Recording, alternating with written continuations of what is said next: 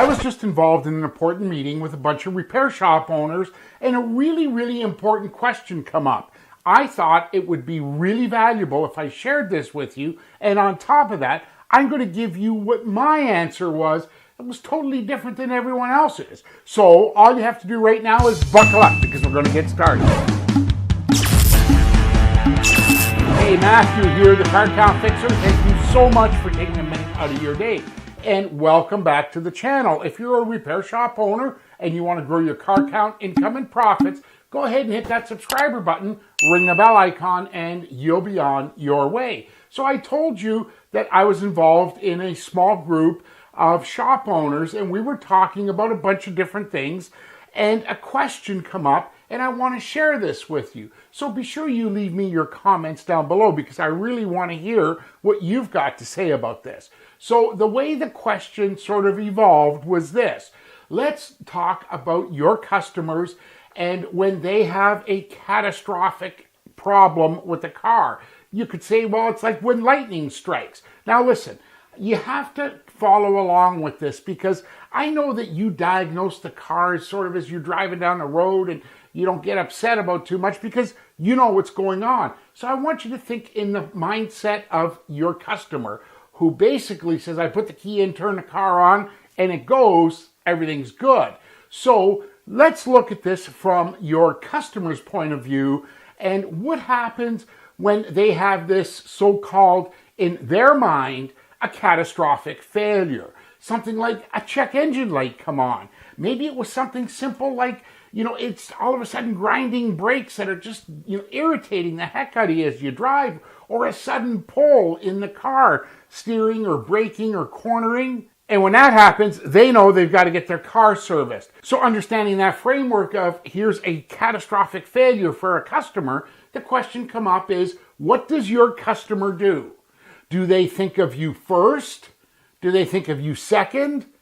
Do they think of you at all? So right now, what I would really like you to do is, in the comments down below, tell me what your best answer is. How do you want your customers to think of you when they have that catastrophic failure? I understand it may not be a failure for you. It just might be something like, it's just a little problem and you know how to fix it. But again, look at it from the point of view of your customer. It's a catastrophic failure. So how do you want to be thought of? First, second, just in a group?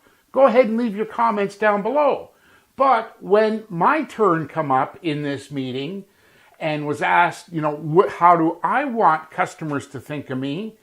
I got sort of a strange response, because I said, first doesn't matter.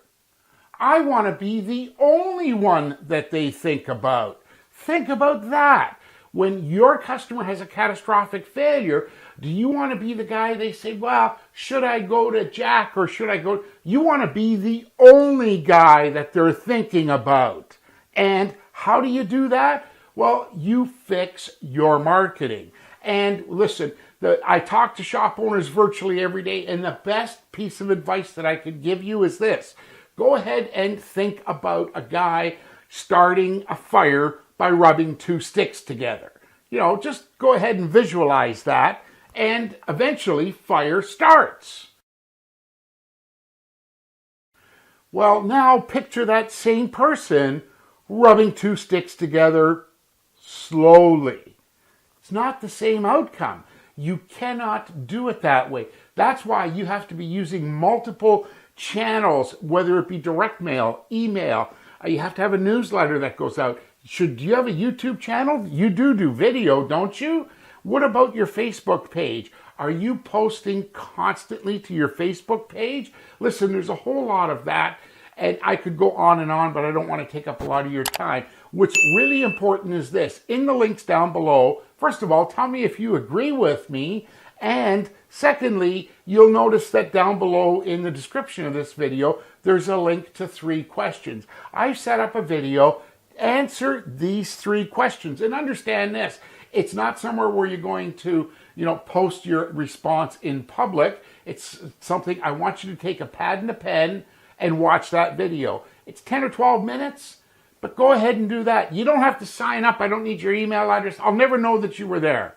But I'm going to give you the 3 questions that I promise you will straighten you out on getting more car count and doing it immediately. And right after that, you're going to want to register in my free training course, How to Double Your Car Count in 89 Days, without wasting any of your hard-earned dollars on that money-sucking advertising. Hey, and if you're still around watching this video, go up over here and watch this video with free tools that you can use immediately to start pulling more car count from your website. And this other video here is what YouTube says you probably want to see. So go ahead and smash that subscriber button, ring the bell icon. I'm Matthew, the Car Count Fixer, and I can't wait to see you on the next video. Take care and talk soon.